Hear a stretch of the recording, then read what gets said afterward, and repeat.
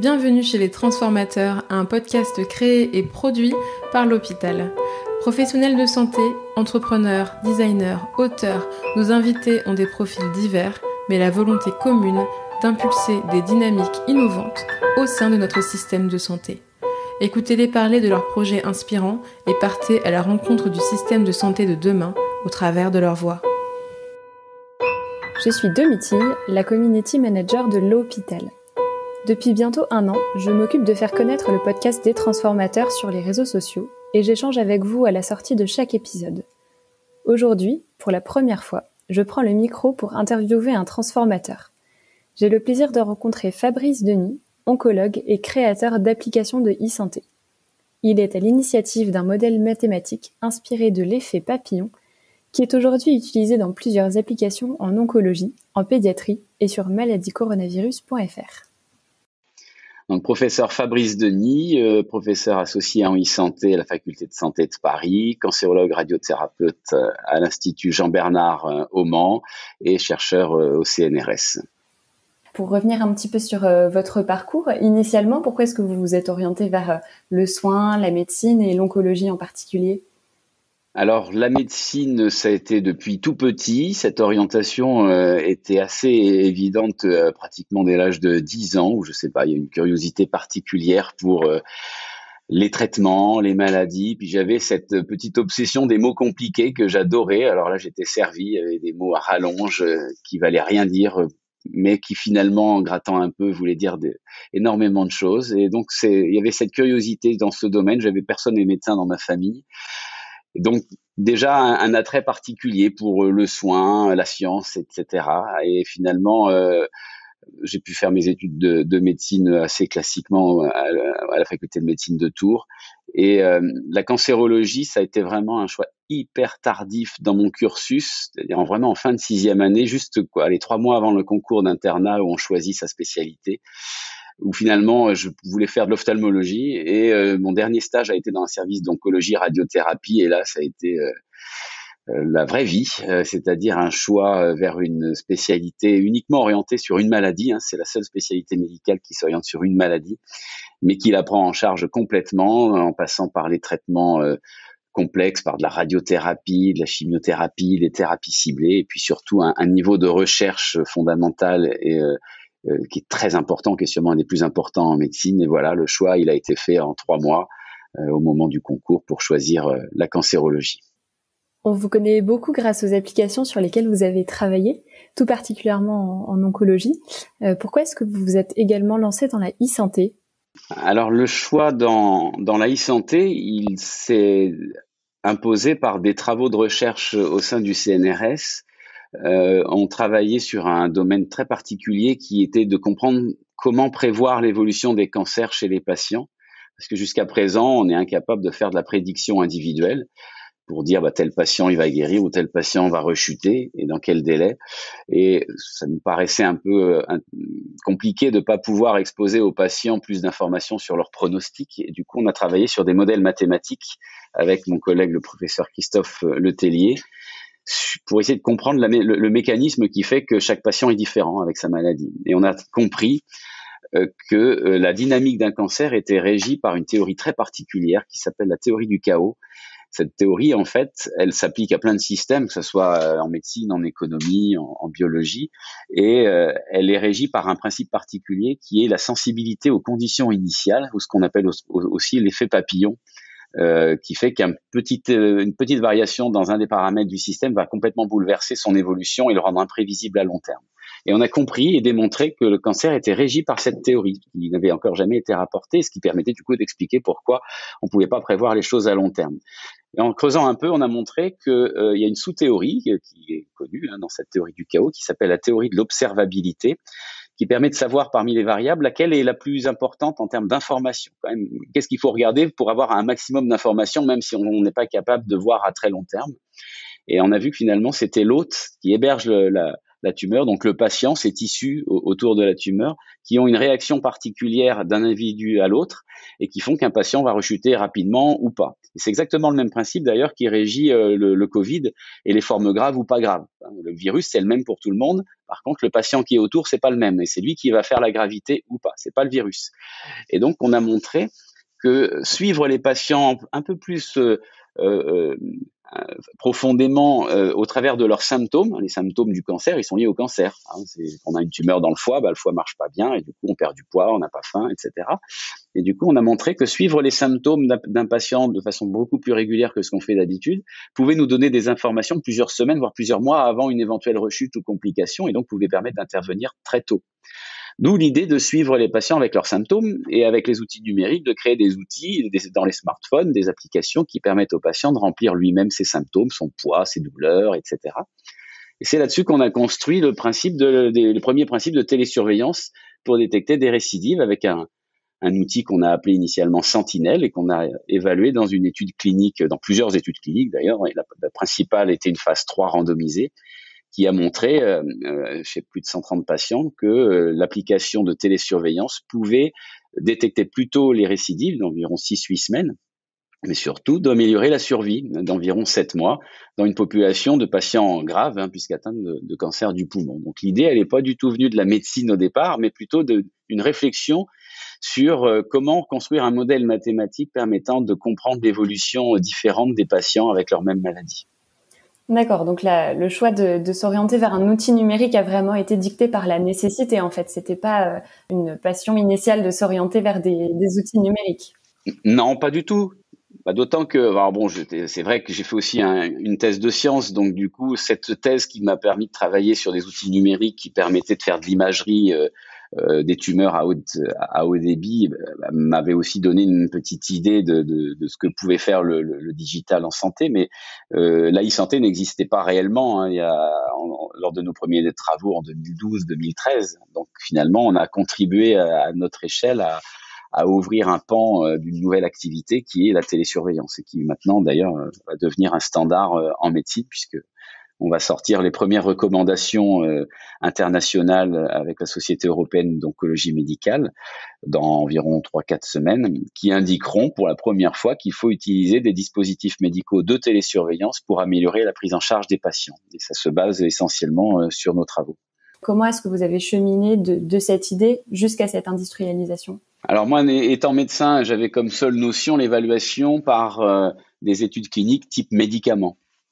Il n'y avait pas de référence de toute façon pour savoir comment évaluer un dispositif médical connecté à l'époque. Donc on a tout créé, on a essuyé tous les plâtres comme on dit. C'est pour ça qu'on a mis 8 ans à accéder aux résultats d'une étude randomisée, alors que maintenant on irait beaucoup plus vite.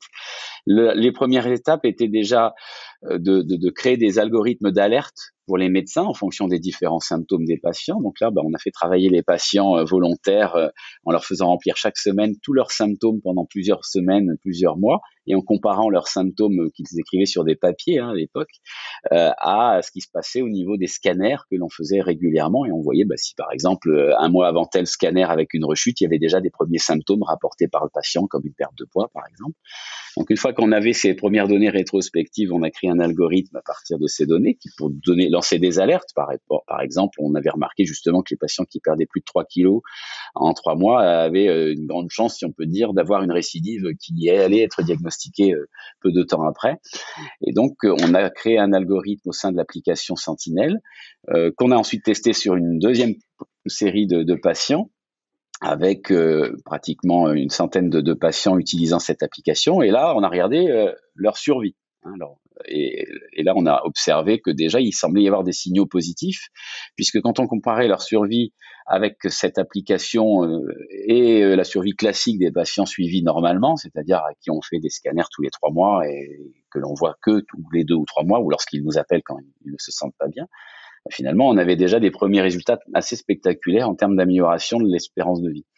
Du coup, cette phase 2 s'est transformée ensuite en une phase 3. Donc, on a refait une nouvelle étude avec des nouveaux patients, tirage au sort, avec ou sans application pour des patients avec des cancers du poumon évolués à risque de récidive, après leur traitement. Alors, c'était une époque où il n'y avait pas d'immunothérapie en première ligne, il n'y avait pas tous les traitements actuels. Et du coup, on on a obtenu des résultats qui méritent maintenant d'être revérifiés avec les nouveaux standards actuels. Parce que c'est vrai qu'on ne traite plus les patients avec des cancers du poumon en 2022 comme on les traitait en 2014-2015 au moment de l'étude. Néanmoins, on voit qu'on a le même cheminement qu'avec les médicaments. Phase 1, on crée un algorithme. Phase 2, on l'évalue une première fois sur une série prospective. Phase 3, on fait une étude randomisée. Et puis ensuite, phase 4, eh bien, on va faire des études en vie réelle pour vérifier que les standards de traitement qui ont changé, eh bien, ne modifient pas ou à quel degré ils modifient l'efficacité de l'application. Donc finalement, c'est le même cursus en termes d'évaluation. Puis après, il y a l'industrialisation. Là, c'est l'industriel qui se débrouille à accéder au marché comme il peut avec l'outil. Et là, il y a à peu près une trentaine maintenant d'industriels qui font de la télésurveillance en oncologie. Et donc l'application telle qu'elle est aujourd'hui, comment est-ce qu'elle fonctionne précisément ? Alors, toutes les applications fonctionnent de la même façon en télésurveillance. Le principe, c'est que le patient reçoit un SMS chaque semaine, ou le jour qu'il a souhaité, par exemple le lundi matin. Il a une quinzaine de questions qui lui sont posées.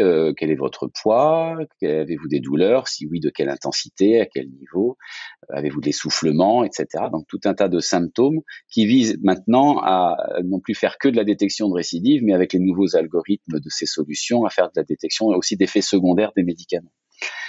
Toutes les chimiothérapies, immunothérapies. Et en fait, les données sont analysées par des algorithmes, là aussi, qui vont envoyer des alertes email en général à une infirmière de coordination dans un établissement de santé, qui donc va avoir tout un diagramme avec des patients et des codes couleurs qui lui indiqueront, tiens, tel patient, je reçois une alerte parce que, par exemple, il a une perte de poids et des douleurs qu'il n'avait pas auparavant. Elle va donc prendre contact téléphonique avec le patient, l'interroger et, le cas échéant, le faire venir en consultation anticipée avec son cancérologue, éventuellement organiser une imagerie complémentaire pour, par exemple, diagnostiquer une embolie pulmonaire ou une infection quelconque. Et le patient sera vu avec ses examens dans les 7 jours après l'alerte. Ça dépend. Alors, si c'est pour des problèmes un peu plus aigus, ça sera plus tôt, bien sûr. Et c'est en faisant ce process que l'on a montré que c'était ainsi qu'on allait avoir le meilleur bénéfice en termes de qualité de vie, d'amélioration des effets secondaires des thérapies, avec même une amélioration de la quantité de traitements que l'on peut délivrer, parce que du coup, on gère mieux les effets secondaires en les traitant tôt, et du coup, on peut délivrer des traitements plus longtemps. C'est aussi ce qui contribue à améliorer la survie des patients, parce que beaucoup de patients, sinon, arrêtent leur traitement. Et donc voilà le principe. C'est vraiment le patient est son propre acteur. C'est lui, il prend en charge sa santé. Il s'interroge lui-même et le rôle de l'informatique est vraiment d'augmenter la performance et la pertinence de la relation entre l'équipe soignante et le patient. Ce qui veut dire que les patients qui vont bien, on les voit moins, et ceux qui vont pas bien, on les voit plus tôt et mieux. Et du coup, vous, dans votre relation à vos patients, qu'est-ce que l'application a changé pour vous ? C'est le jour et la nuit, c'est-à-dire que le patient est beaucoup plus à l'aise en consultation parce que on va pas lui faire les efforts que l'on lui faisait faire avant pour qu'il nous rappelle. Alors il y a 2 mois vous étiez comme ci, vous étiez comme ça, vous vous rappelez quel poids vous faisiez, vous vous rappelez quels symptômes vous aviez. Non, là il n'a pas à se rappeler puisqu'on a toutes les informations sous les yeux. Donc déjà finalement on est dans la même situation que si on était allé le voir toutes les semaines à la maison. Donc, en termes de quantité, de qualité de l'information, ça n'a rien à voir. Ce qui fait que là, pour le coup, on centre nos consultations sur des symptômes auxquels on n'aurait pas forcément, ni le patient ni nous-mêmes, pensé à mettre l'emphase. Par exemple, des troubles digestifs que le patient n'aurait pas dit à sa consultation, mais il les a rapportés, donc on va aller vers cela. Et ça a été démontré que ce type d'outil améliorait fortement la qualité de l'information entre le médecin et le patient. Parce que le médecin a toujours tendance à sous-estimer les symptômes et le patient parfois les sous-estime aussi pour ne pas s'inquiéter lui-même ou inquiéter le médecin. Donc du coup, là, avec ce type d'outil, on est tous au même niveau et au niveau maximum d'information. Donc la qualité de la consultation est meilleure.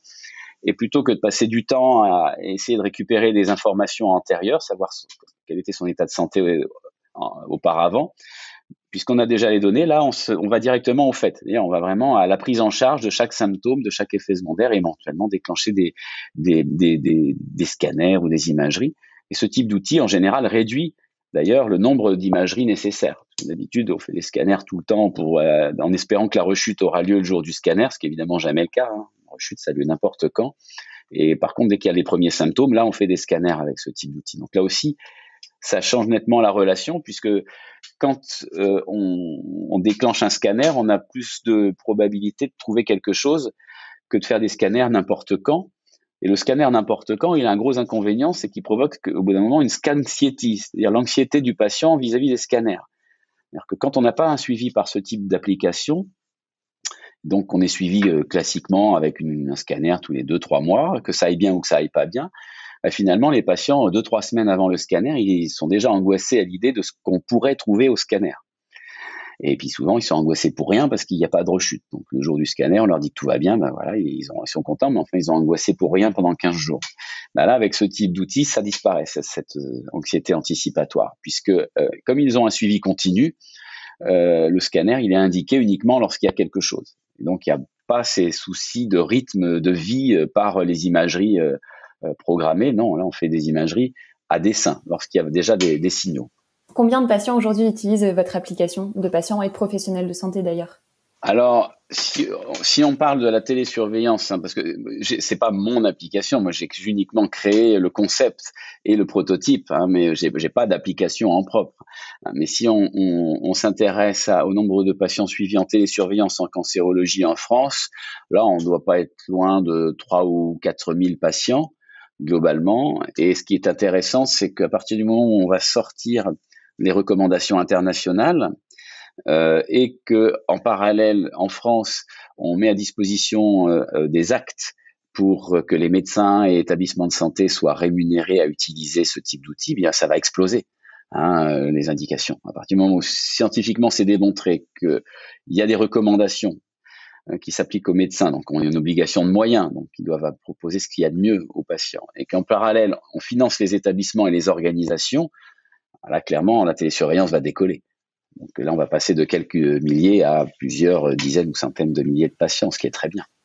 Je voudrais revenir un petit peu sur les débuts de votre travail justement pour créer ce modèle mathématique et créer ce modèle de télésurveillance. Comment est-ce que vous avez jonglé entre votre emploi du temps de cancérologue et votre emploi du temps d'entrepreneur finalement? Alors ça, c'est vrai que c'était pas forcément très facile. Au démarrage, c'était soirée week-end, comme on dit. Donc, il y avait effectivement du temps en plus.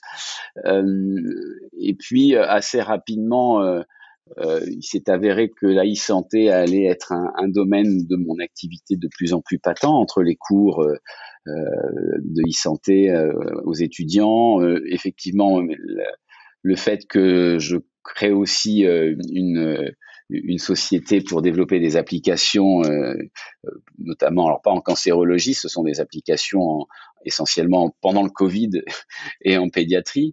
Là, clairement, il a fallu que je réduise mon activité de cancérologue à 3/4 temps et puis actuellement à mi-temps. Mais effectivement, il n'y avait pas à l'époque, en tout cas, un temps dédié. C'était vraiment en plus pour défricher un petit peu les affaires. Mais assez rapidement, les choses se sont aussi rejointes en termes d'activité professionnelle, puisque dès lors que j'ai travaillé sur la télésurveillance en cancérologie, en étant cancérologue, au fil du temps, cette activité s'est aussi intriquée dans l'activité médicale.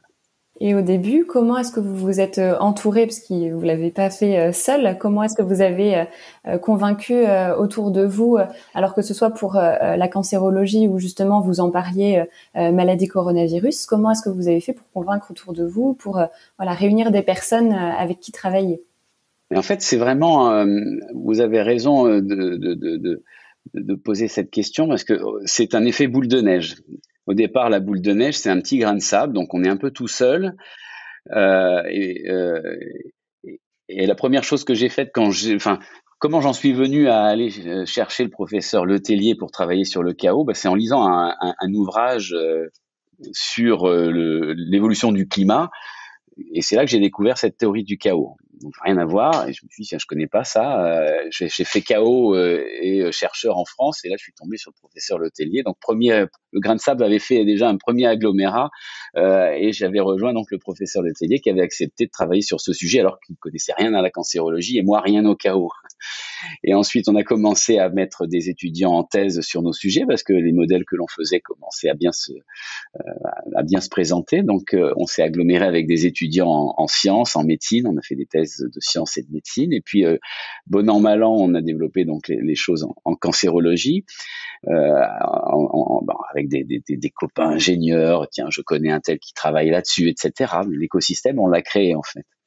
Et puis là, il y a eu effectivement ensuite l'explosion avec maladie coronavirus, où fort des travaux qu'on avait fait en cancérologie, j'ai été sollicité au début de l'épidémie, ça remonte déjà à février 2020, lorsque la vague arrivait, comme on dit, la première vague arrivait, où le conseil scientifique de la présidence de la République, dans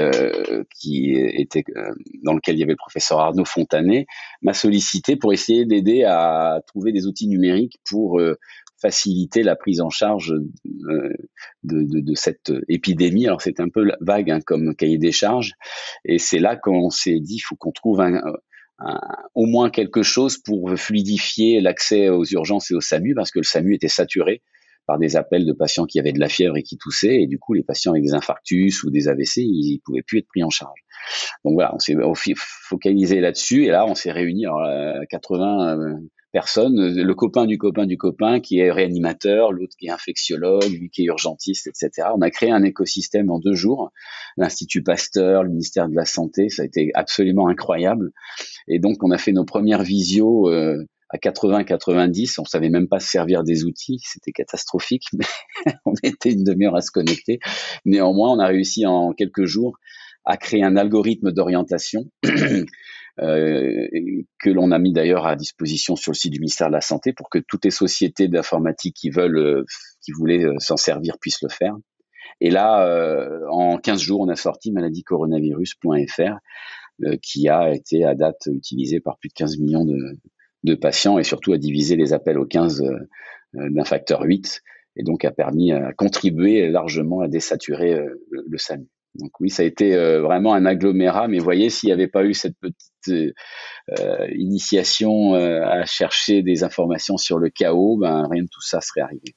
Et du coup, concrètement, maladie coronavirus, comment ça fonctionne ? Alors le principe, c'était, parce que maintenant il n'y a plus besoin, on a pu fermer enfin le site il y a pratiquement 10 mois, le principe c'était, comme la télésurveillance en cancérologie, que les patients s'évaluent eux-mêmes au travers de questionnaires. Donc il suffisait de se connecter sur le site avec un smartphone ou un PC, ou pour la famille, il n'y a pas besoin chacun d'avoir un téléphone, et donc de répondre à une douzaine de questions sur les symptômes, et en fonction de ces symptômes, on avait fait des orientations, soit vers le médecin généraliste, soit vers rien, s'il y avait vraiment 3 fois rien, de rester à la maison et de se surveiller, et aussi, si par contre il y avait par exemple un essoufflement au moindre effort ou à la parole, d'appeler le 15. Voilà, ça c'était des critères qui permettaient unanimement, avec la communauté de médecins, de dire là c'est grave et il faut vraiment pour cette raison-là appeler le 15. Donc c'était vraiment de l'auto-évaluation.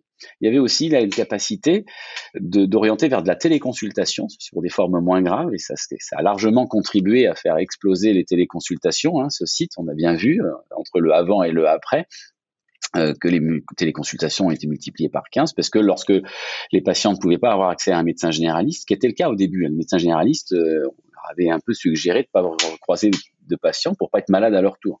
Du coup, les téléconsultations, c'était l'option que favorisait le site. Grâce à ça, on a explosé le nombre de téléconsultations, et surtout, on a informé les patients. C'est-à-dire que les patients, en utilisant cela, ont appris ce que c'était que les symptômes du Covid. C'est aussi une notion importante, c'est que ces outils d'auto-évaluation, de télésurveillance, ils apprennent aux patients les symptômes sur lesquels ils doivent faire attention. Donc finalement, on les forme en même temps qu'on les informe et qu'on les oriente. Et puis ensuite, le site maladie coronavirus, il a été utilisé pour suivre l'épidémie, parce que comme on demandait notamment s'il y avait de la perte d'odorat parmi les symptômes, et on sait que cette perte d'odorat, elle précède d'une dizaine de jours les formes graves, et on a pu montrer qu'on pouvait suivre l'épidémie avec même parfois jusqu'à 40 jours d'anticipation sur les vagues hospitalières. Donc ça, c'était intéressant puisqu'on voyait notamment à la rentrée septembre 2020 qu'il y avait pas beaucoup de formes graves, les choses s'étaient bien arrangées, tout le monde s'était un petit peu lâché, mais on commençait à revoir arriver des pertes d'odorat chez les jeunes, et ces autres pertes d'odorat chez les jeunes sont accompagnées de transmission auprès de leurs parents ou grands-parents du virus, et finalement, au bout de 40 jours, les grands-parents sont retrouvés en réanimation, et donc on pouvait anticiper les grandes vagues d'hospitalisation en réanimation au travers du site. Donc il a été utilisé pour cela. Puis après, on a développé d'autres outils comme Covid Anosmie pour accompagner les patients qui avaient des pertes d'odorat persistantes liées au Covid pour les aider à récupérer plus rapidement. Et ça aussi, ça a été utilisé par une vingtaine de milliers de personnes avec perte d'odorat, et on a pu faire des grandes études cliniques et puis qu'on a publiées qui ont montré qu'on améliorait la récupération, qu'on l'accélérait de plusieurs semaines avec des taux de succès de plus de 80%, avec des rééducations par stimulation visuelle, ce que permettait l'application, et un bon coaching de rééducation olfactive, c'est-à-dire en inhalant régulièrement des huiles essentielles à haute concentration. Donc voilà, le numérique, là, il a explosé, y compris pour notre domaine qui est l'auto-évaluation, la télésurveillance, etc., grâce ou avec le Covid. Ce que je vois dans ce que vous dites, c'est que vos outils, en fait, qu'il s'agisse de votre modèle de télésurveillance pour la cancérologie ou là pour maladie coronavirus, c'est des outils qui, en fait, comme vous le dites, ont formé et réinformé les patients, mais ça les a aussi rendus plus acteurs finalement de leur propre santé. Et est-ce que ça vous a aidé en tant que soignant à renouer une relation de confiance davantage avec vos patients? Disons que c'est vrai que pendant nos études médicales, on était vraiment plus orienté high-tech avec les nouvelles imageries, scanners, PET scan, etc., où finalement ça a laissé un petit peu de côté l'échange exhaustif avec les patients, puisque on supposait que tout ce qu'ils pouvaient nous dire, on le retrouverait de toute façon sur ces imageries, ce qui est totalement faux. Finalement, le numérique rétablit la relation médecin-patient comme autrefois, où autrefois on faisait 90% des diagnostics à l'interrogatoire. Finalement, c'est la même chose. Ça permet là aussi d'optimiser cette relation, les performances de diagnostic que l'on peut faire en échangeant avec eux. Ça les met aussi en facilité dans la relation, puisque ça ne les oblige pas à par exemple faire des listes de questions lorsqu'ils sont à la maison pour être sûr de rien oublier, puisque là les réponses et les questions on les a aussi au travers de ce qu'ils nous envoient chaque semaine. Donc ça clairement améliore la relation médecin-patient et ça complète d'ailleurs la prise en charge. C'est pas quelque chose qui remplace le médecin ni le malade, clairement pas. C'est un plus. On a vu d'ailleurs dans les évaluations cliniques, il y a eu 8 études randomisées donc qui ont évalué plus de 4000 patients en cancérologie pour la télésurveillance. Chaque fois, c'est toujours bénéfique, que ce soit en qualité de vie ou en symptômes contrôlés via ce type d'application, ou en survie, ou même en diminution des urgences. Les patients, si on se rend assez compte, on se rend plus tôt qu'ils ont tel ou tel symptôme, on va la prendre en charge, ça leur évitera de se retrouver aux urgences. Ça a été aussi démontré que ce type d'outil évitait ces urgences. Et on sait qu'aller aux urgences, c'est un peu traumatique en plus, entre l'attente et puis les problèmes de santé qu'on a lorsqu'on y va, ça réduit aussi fortement ces urgences. Donc oui, ça améliore fortement la relation médecin-patient, alors qu'on aurait pu imaginer, c'était un peu la crainte qu'on avait au début, que ce type d'outil pouvait être anxiogène pour les patients. On se disait, les pauvres, chaque semaine, remplir des symptômes, ça va les rendre anxieux, etc. Et en fait, non, c'est pas le cas du tout. Ils sont pas du tout anxieux avec ce type d'outil. Ils ont véritablement une grande confiance, et surtout, le fait d'être suivi finalement chaque semaine est bien meilleur en termes de vécu que lorsque vous n'êtes suivi que tous les 2 ou 3 mois, où là, vous êtes tout seul à la maison à attendre que quelque chose se passe. Donc là, clairement, il y a 100% des patients qui sont rassurés par ce type d'outils. Et même si ça s'appelle télésurveillance, ce qui est effectivement pas très joli, c'est pas du tout comme ça que c'est vécu par les patients. C'est vraiment un accompagnement continu. Sinon, s'ils n'adhéraient pas, ils arrêteraient et il n'y aurait pas de télésurveillance. D'accord, donc en fait, vos patients ont vraiment leur santé entre les mains. C'est ça. Mais ils sont pas non plus c'est pas pour ça qu'ils en ont la responsabilité. On ne transfère pas notre responsabilité sur eux. Mais effectivement, ils ont la capacité de contribuer activement à cela. Et parfois, on a des situations amusantes parce que quand on a des personnes âgées qui ne sont pas spécialement adhérentes au numérique, n'ont pas toutes des smartphones, etc. Il y en a même 30% après 65 ans qui n'ont pas les outils ou Internet. Mais ce qui se passe souvent, c'est que ce sont leurs enfants qui les interrogent et remplissent avec eux les outils. Et c'est intéressant parce que ça crée, du coup, ça recrée du lien dans la famille, tout en maintenant un haut niveau d'informations transmises à l'équipe soignante, puisque c'est ce que voit l'enfant ou l'épouse en interrogeant le patient, c'est ce qu'on retrouverait de toute façon si nous on allait les voir. Donc c'est intéressant aussi de ce point de vue-là. Oui, donc ça transforme aussi les situations d'aidance en fait. Ah, totalement, ça c'est clair. Et puis en plus, comme on sait que les personnes isolées numériquement sont celles justement qui bénéficient le plus de cette surveillance intensive, parce que quand on est isolé numériquement, en général, on est isolé de plein d'autres choses, de l'accès aux soins, etc. Et on sait que c'est validé, que cette télésurveillance a encore un plus grand bénéfice sur cette population-là. L'idée, c'est de mettre aussi entre les mains des infirmières à domicile la possibilité d'évaluer par ce type d'outils régulièrement l'état clinique des patients. Donc s'il n'y a pas d'époux ou d'épouses ou d'enfants pour interroger et remplir l'application, à terme, les infirmières auront un acte pour pouvoir le faire à domicile, ce qui là aussi améliorera encore l'accès aux soins. Vos patients ont leur santé entre les mains, vous aviez vos projets entre les mains au sein de votre hôpital. Comment ça s'est passé en fait la sortie de ces projets hors de votre clinique, hors de votre hôpital ? Ça, c'est quelque chose qui est encore en cours, c'est-à-dire que le déploiement de ces outils se fait progressivement dans les autres établissements. Il est ralenti pour l'instant ce déploiement tant qu'il n'y a pas des forfaits d'actes pour accompagner ces nouvelles organisations. Donc c'est pour ça que je disais c'est important que des actes arrivent parce qu'il y a un financement, il faut payer une infirmière de coordination et tous les établissements n'ont pas la possibilité pour l'instant de s'autofinancer cette organisation.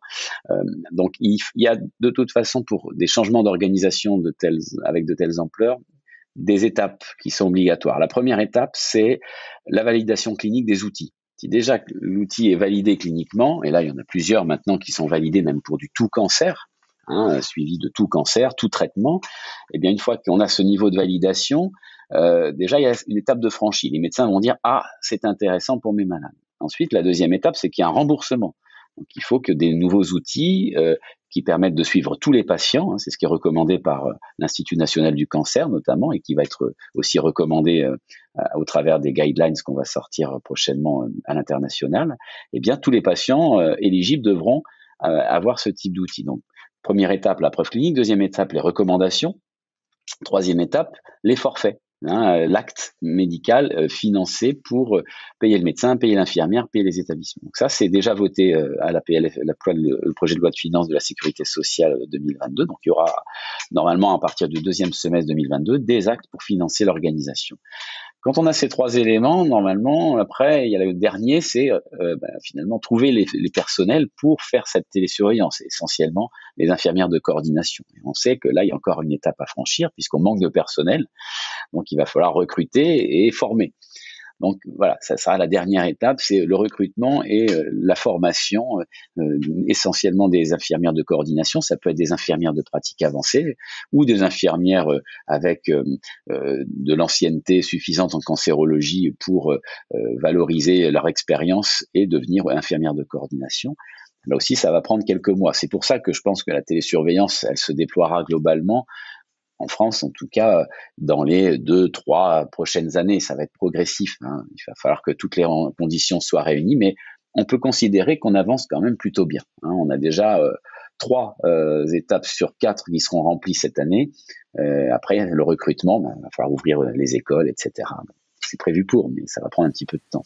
Est-ce que, en tant que médecin dans le privé, vous avez senti une souplesse particulière pour développer vos projets ? Est-ce que au contraire, vous avez rencontré des difficultés que vous n'auriez pas rencontrées dans le public ? Comment ça s'est passé pour vous ? Alors, il y a eu des avantages, il y a eu des inconvénients. Les gros avantages, c'est qu'effectivement, euh, dans le privé, si on veut se lancer sur un projet, on se lance.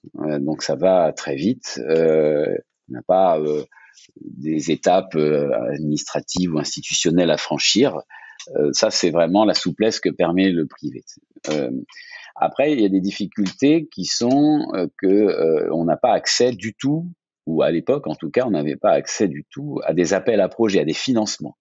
C'est-à-dire qu'on considère que puisque vous êtes dans le privé, vous n'aurez pas des subventions publiques pour faire des travaux de recherche, etc., au même titre que ce que vous auriez en étant une institution publique. Donc ça a été vraiment un problème majeur, c'est qu'il a fallu se tourner vers des soutiens financiers privés, donc des laboratoires industriels, pharmaceutiques, etc., ce qui en soi est parfois au moins aussi compliqué que de répondre à des appels à projets publics. Les choses sont un peu en train de changer, c'est-à-dire que ce serait à refaire maintenant, il y aurait plus de possibilités d'accès à des appels à projets publics tout en étant dans le privé. Mais à l'époque, c'est vrai que c'était très cloisonné. Vous êtes dans le privé, vous n'aurez pas les mêmes accès en termes de financement à vos travaux. Donc parfois, il y a des situations un peu cocasses, enfin il y avait en tout cas des situations cocasses, c'était que lorsque je collaborais avec le professeur Letellier, qu'on faisait nos recherches sur des algorithmes pour la télésurveillance, comme on était sur deux régions différentes, lui en région Normandie et moi en région Pays de Loire, on ne pouvait pas avoir accès ni l'un ni l'autre à des subventions régionales, parce qu'il aurait fallu que nos deux équipes soient dans la même région. Vous voyez, c'est comme si toute la recherche scientifique ou médicale devait absolument être centralisée au même endroit pour pouvoir être soutenue, ce qui est complètement délirant, puisqu'évidemment, on travaille aussi avec des étudiants américains, parfois chinois, et si on devait attendre de tous être dans le même département pour bénéficier de ce type de soutien, ça serait compliqué. Donc, bon, les choses là aussi ont bougé, mais voilà, il y a des facilités en termes de souplesse pour développer des choses dans le privé, mais alors par contre, c'est vrai qu'il y avait en tout cas à l'époque des difficultés d'accès à des financements publics. Vous évoquiez tout à l'heure l'enjeu de la formation des étudiants en médecine et des soignants de manière générale. Vous, en fait, vous avez dû vous former à ces enjeux-là parce que ça s'était rendu nécessaire par le terrain et par les problèmes que vous observiez concrètement. Comment est-ce que vous vous positionnez par rapport à cet enjeu de formation des soignants au numérique de manière générale ? Voilà, c'est un énorme sujet parce qu'il y a une carence massive en enseignement de la e-santé, du numérique en santé en France, qui pose un énorme problème. Si les étudiants ne sont pas formés, ils vont pas utiliser les logiciels parce qu'ils les comprendront pas, ils pourront pas les prescrire, ces applications, ces solutions, et pour le coup, l'écosystème décollera pas. Donc, il y a un vrai sujet. Donc, mis à part le fait que j'enseigne dans plusieurs structures, il nous est apparu nécessaire de constituer à bref délai ce qu'on va appeler bientôt l'Institut national de l'e-santé, qui va être une structure qui va proposer à toutes les personnes intéressées, il n'y a pas que les étudiants en santé, ça peut être des ingénieurs, ça peut être des chercheurs, ça peut être aussi des médecins seniors qui ont envie de se former.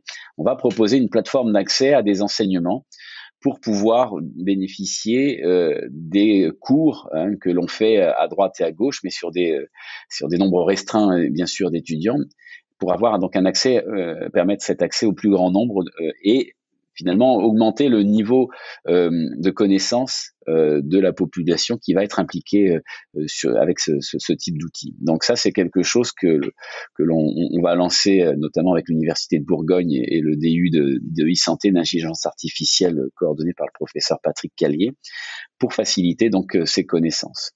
Et puis, il y a des éléments importants qu'il faut lancer, c'est-à-dire, par exemple, dans les facultés de médecine, il devrait y avoir des enseignants, des professeurs en e-santé qui soient nommés dans les plus brefs délais, parce que même s'il y en a peu, s'ils ne sont pas nommés, ces professeurs, ils continueront d'enseigner à droite et à gauche, mais c'est pas forcément les étudiants en médecine ou en santé qui bénéficieront de ces enseignements.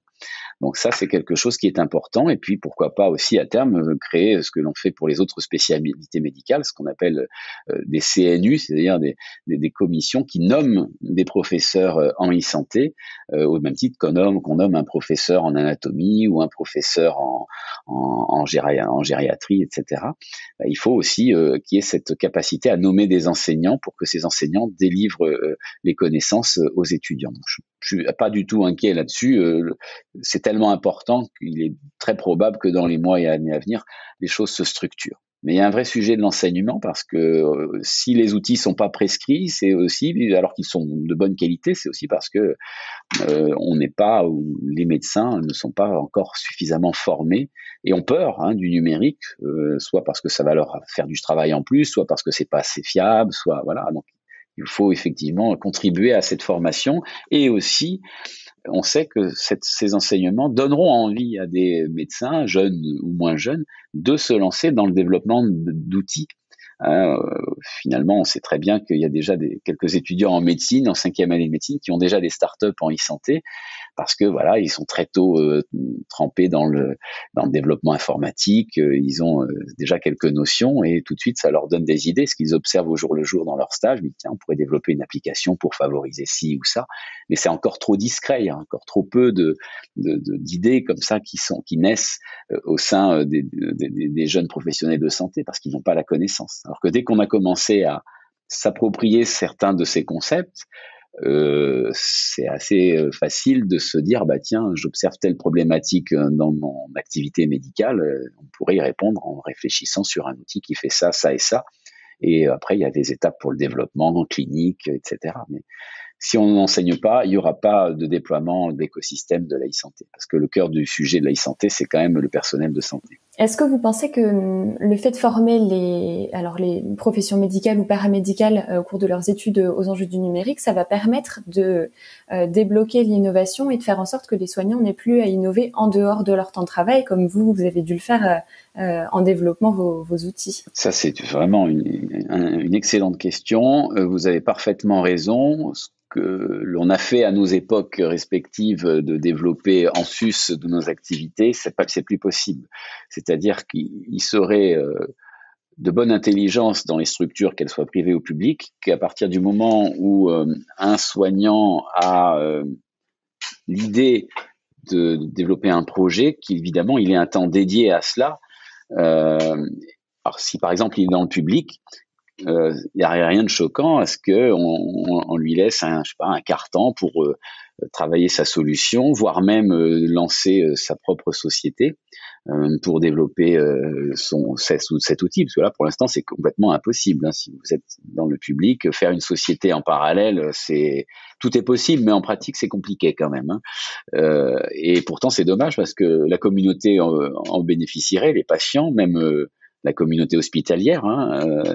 Et là, pour l'instant, c'est vrai que c'est pas encore suffisamment souple en termes d'organisation, ou en tout cas pas partout, pour permettre que quelqu'un qui ait une bonne idée avance bien et facilement. Donc ça, ce type d'obstacle, vous avez raison, avoir un temps dédié sur des travaux en e-santé ne nuirait pas.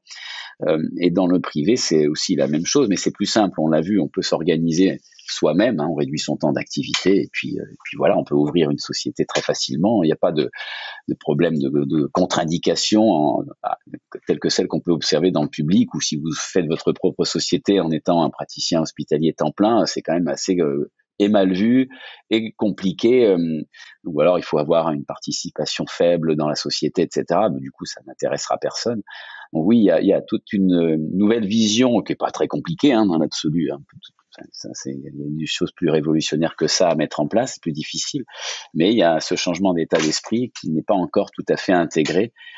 Je pense que ça viendra parce qu'en général, qu'est-ce qui se passe quand on est dans le public et qu'on a une bonne idée? Si on n'est pas accompagné par sa structure, on s'en va. Et donc la structure perd tout, le médecin et l'entrepreneur.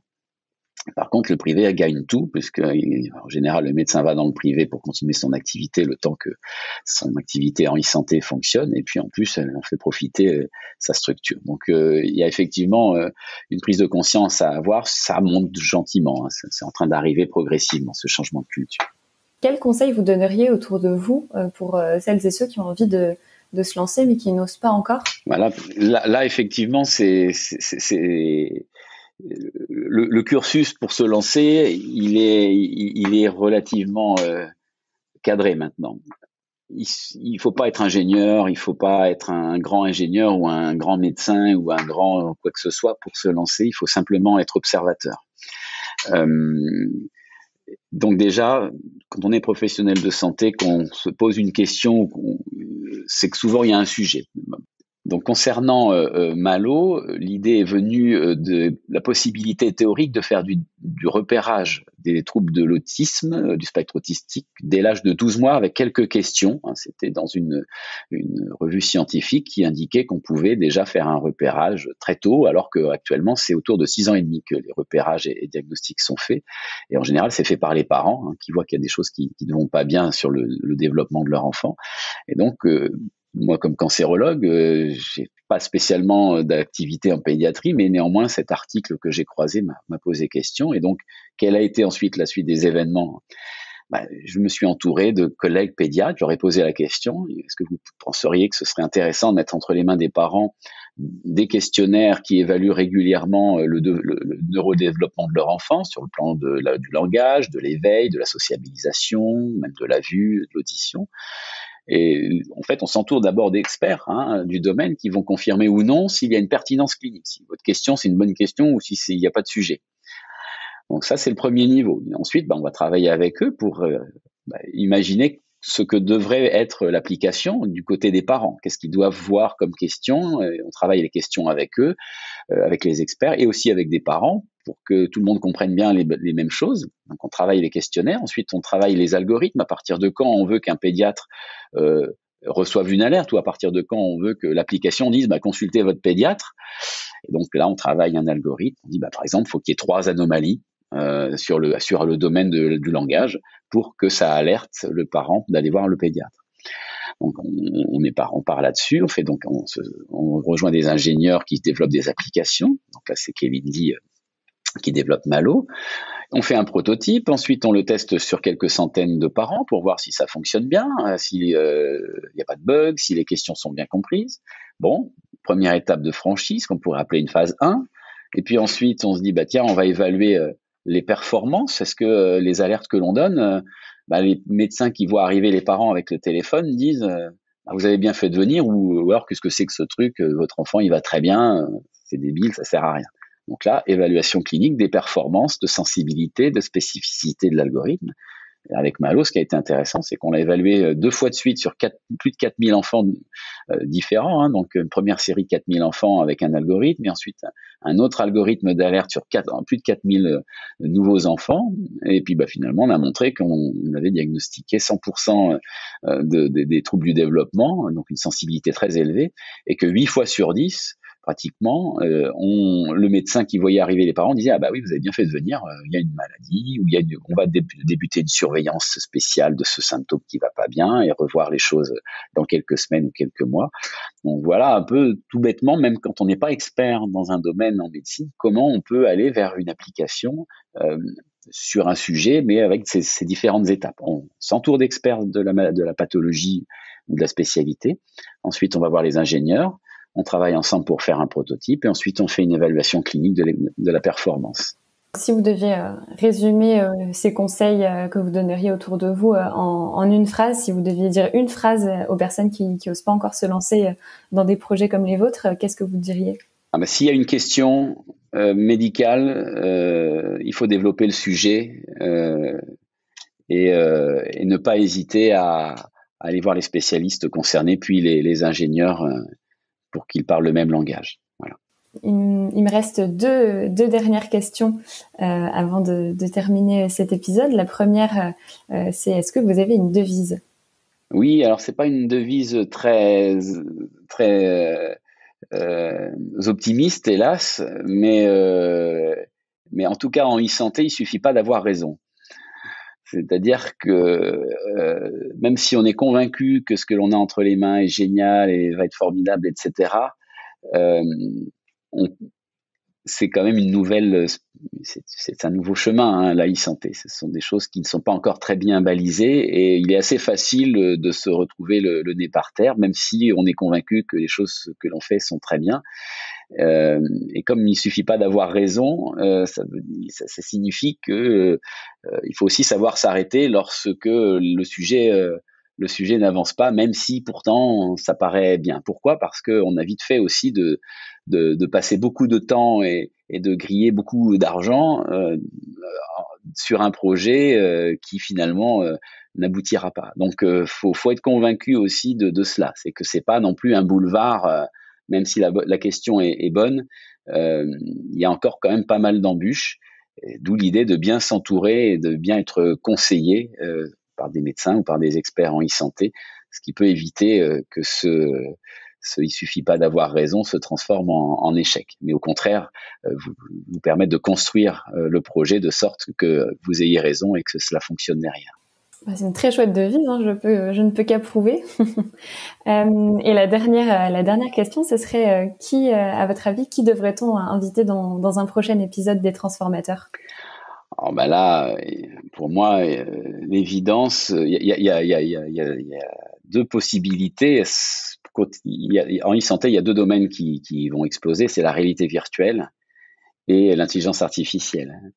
Et la réalité virtuelle, il y a bien sûr ce qu'on appelle Bliss. Bliss, c'est un casque de réalité virtuelle à visée antidouleur qui a fait ses preuves dans le plus haut niveau d'évaluation qu'est l'essai randomisé. Et là, c'est clairement Mélanie Perron et Étienne Lepoutre qui sont les fondateurs de Bliss et de l'effet papillon, qui est la société qui déploie cet outil. Donc là, c'est une évidence.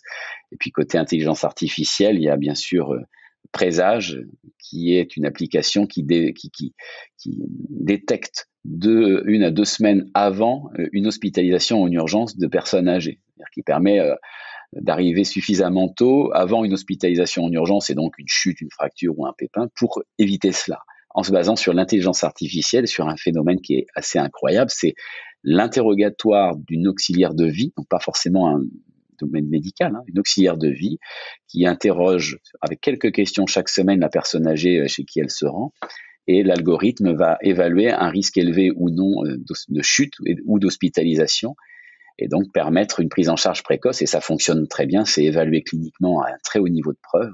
Et voilà, donc là c'est Présage, c'est Jacques-Henri Véron qui est le fondateur et qui peut tout à fait être invité au choix. Merci beaucoup de nous avoir accordé cet épisode des Transformateurs. C'était vraiment un plaisir de vous rencontrer et d'échanger avec vous. Merci de votre invitation. Merci d'avoir écouté cet épisode. Peut-être qu'il a résonné avec vos convictions ou vous a donné des ailes pour concrétiser vos idées. En tout cas, vous n'êtes pas seul. Nous sommes des centaines à vouloir transformer notre système de santé. Et nous avons créé un espace en ligne pour échanger et pour nous entraider. Pour nous rejoindre, rendez-vous sur notre site lowpital.care, lowpital.care, rubrique communauté. Et pour nous aider à faire connaître le podcast, parlez-en autour de vous, mettez-nous 5 étoiles et abonnez-vous sur les plateformes de votre choix. Ça nous aiderait énormément. Merci et à bientôt pour le prochain épisode. Prochain épisode.